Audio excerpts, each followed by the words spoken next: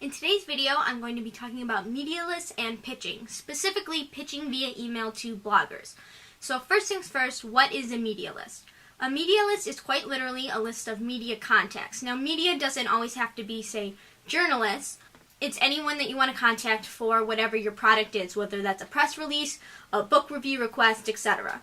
So the categories to section your media list into can vary a little bit depending on who your client is and what you're pitching and who you're pitching to, but a good template to start out with is the contact's name, the actual contact information, such as an email, and then any other relevant information that will help you tailor your pitch to that specific person. So say, oh, well, you've reviewed books by this author, and my client's books are similar to that.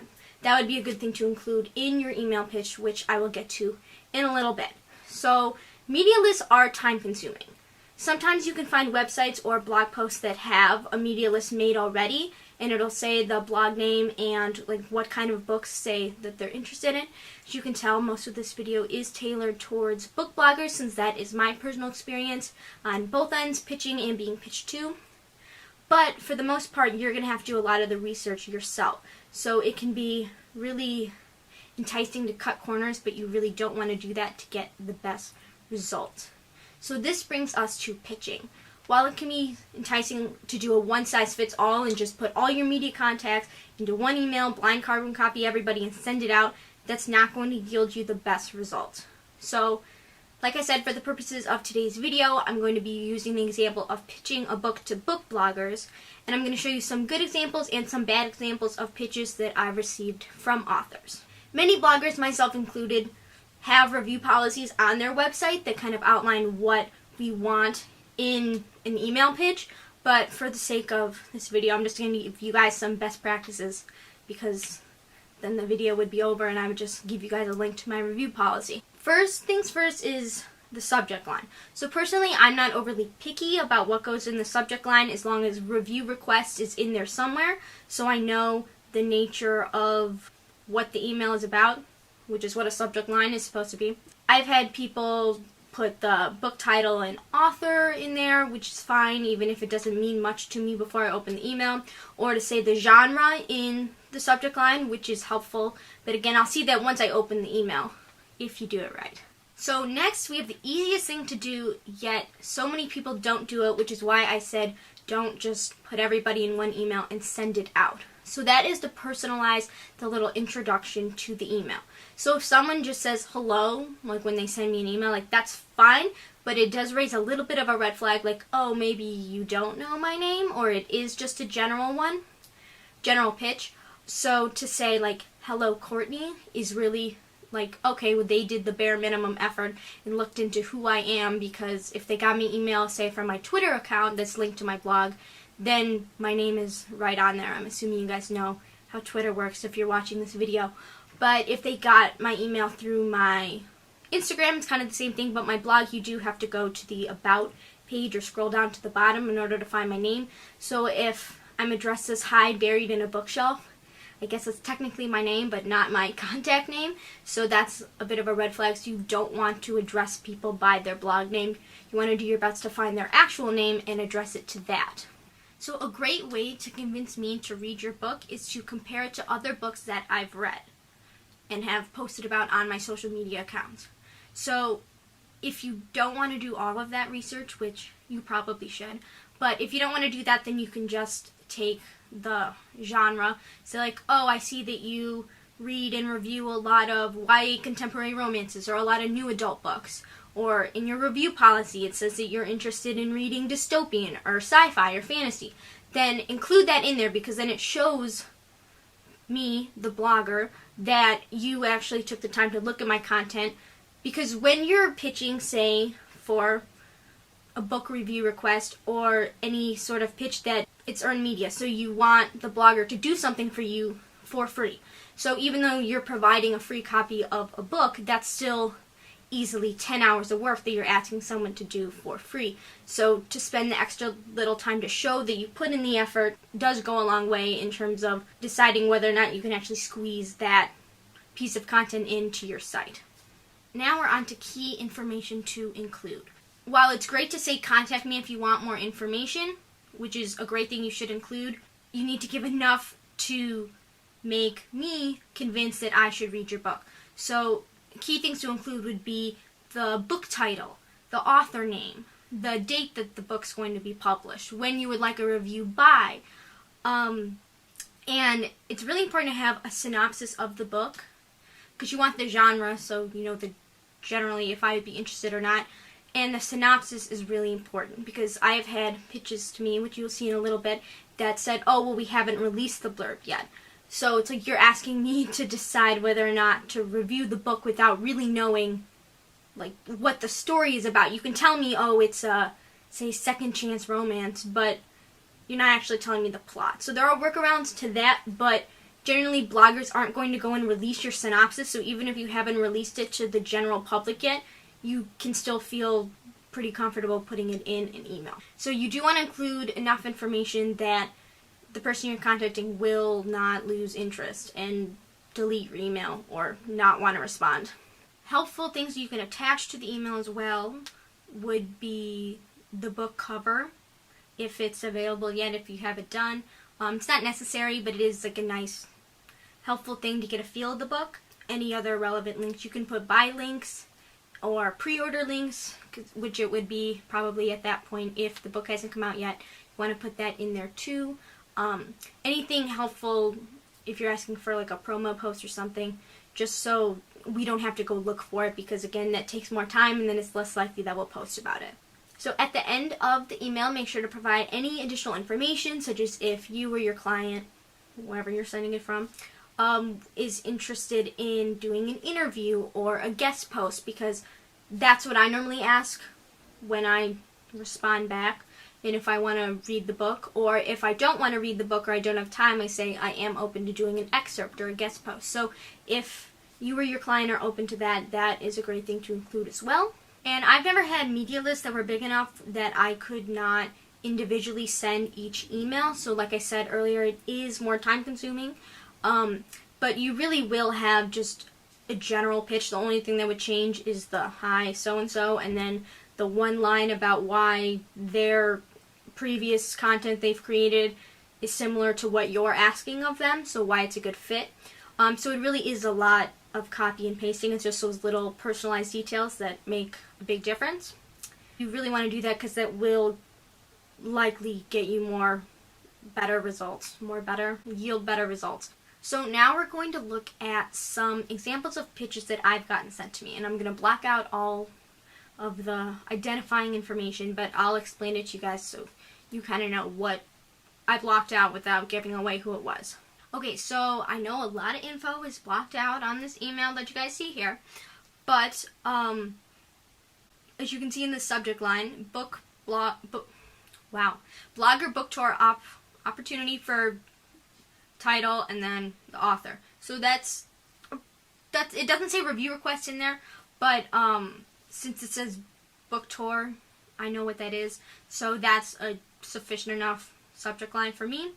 And then once it gets down into the email, the first thing that I can see is it says to blind carbon copy me, and then I don't know if I can see it on my computer, I could see it on my phone, that it said to undisclosed like recipients, and then it was my email and the blind carbon copy, which is a dead giveaway that you just sent out a blanket email. The setup of the email is actually written very well because it gives a little bit of background on the book.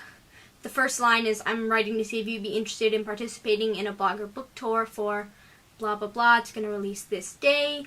And the whole email, it's set up pretty well. It gives the category, the title, the date, the author bio, the publisher, even says the page count and the price and the binding ISBN number. So it's got a lot of information, and it does have the synopsis of it. The biggest issue I have with it is it's for a nonfiction book about, I believe it's students. It's definitely, it's an adult nonfiction book about something that is nowhere near what I cover on my blog. You could go to buriedinabookshelf.com. It's not adult nonfiction. It's very obvious that, not that I wasn't the intended recipient, because clearly I was, my email's in there, but it's not a great pitch in terms of it's just not my demographic. That's not the people that read my blog. So even if I were to give you a spot on my blog, it's not helpful at all to you because my audience is not going to buy your book. So you also have to think about that too. You don't just want to reach out to anybody because it's not going to be beneficial to the person writing the post or to you, so it's a waste of everybody's time. Now, I don't remember exactly on this one if I was signed up to review this or not. I don't think that I was because this was the first time I ever heard of this author. So it just says, Dear bloggers and bookstagrammers, a brand new series by this person is coming this day, and we want you to join the promo review tour for the book, which is book 1 in this series. And I can tell by the name of the series that it takes place at a college. So I like to review new adult books, so automatically I'm like, okay, I'm interested in this. And it gives info about the cover reveal, the blog tour, the release blitz, and it gives a sign-up link, and it's from her team, which is great, but it gives me enough based on the title of the series that I know that I'd be interested in. But when I emailed back and asked for a book synopsis, they said, oh, well, we haven't released it yet. And I understand that they haven't released it yet, and that's like their prerogative. But when you pitch to a blogger and say, hey, do you want to read this book, especially the first one in a series, it's really a good idea to give at least a better synopsis than just the title of the series tells me that it's a college-age book. So I did end up reviewing the book and ended up liking it, and I'm going to be reviewing the rest of the series, but it's just not a great look because you could be alienating bloggers that would be really helpful to you and reaching your demographic through their blog by not including that information. So this one is actually a really good pitch, I think. So the subject line you can see is YA Contemporary Review Request, so automatically tells me they want a review. Sorry, I'm watching a virtual convention this weekend, so that is my, hey, you have a panel in 10 minutes alarm. Anyway, they said, I found your blog thanks to this book blogger list, and I want to ask if you're interested in reviewing my book. So this book was actually on Swoon Reads, which, for those of you who don't know, it's kind of like a crowdsource where people submit their manuscripts and then readers vote on it, and then the imprint decides which books to publish. So this was actually to read it on Swoon Reads, to review it, and then like to vote on it. But they do give the whole synopsis. They give like 3 bullet points of like what are some of the themes of the book. Yeah, like overall information-wise, it was enough for me to reach back out to this author. And this one I actually really like. It was a review request for this book. I did end up reading it, and it said, hi Courtney, boom, addressed me by my name, good job. And then give me all the information and tell me that it's available in an ebook. You can sign up for it here. Thanks so much for your time. They sign it, and then they give all the information at the bottom, including an excerpt, which, while it's not like you don't have to, it is really helpful in deciding whether or not someone wants to read your book. So if you can do that, especially if you're an indie author or your client is an indie author, that is a great idea. Yeah, this one sounds like amazing, but it's pretty good. Like it says review request, the title, and then parentheses contemporary young adult romance. So immediately I'm like, okay, you know you're reaching out to someone that covers those books. Say, hey Courtney, off to a great start. I've been reading your blog. Hope they actually did. And then they tell me that if I can't do a review, then they'd love to do a promo with the giveaway. So even if I don't read the book, I think I still did that.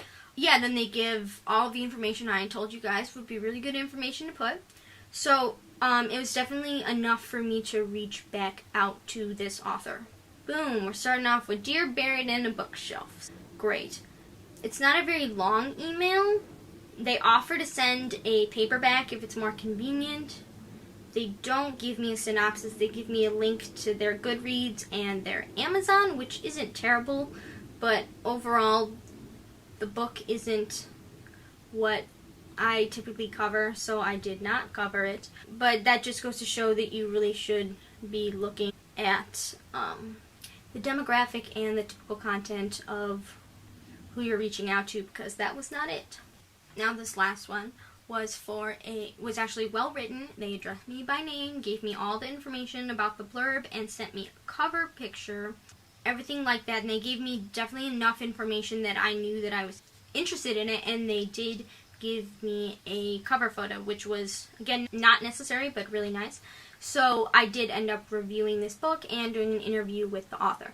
So that just goes to show, like, the more effort that you put in your pitch to show that you are putting in the time and effort, that, especially because you're asking someone else to put in time and effort around already busy schedules. And as you can see, I got all these books around me that I have not read all of them. So you really need to just sell why they should read your book, even if it's just by providing the necessary information. Thank you all so much for watching this video. If you like what you watched, or even if you didn't like it, please make sure to give it a big thumbs up for my self-esteem. And make sure to subscribe if you want to see more videos, and let me know in the comments below what PR topics or book topics or whatever you'd like me to break down next.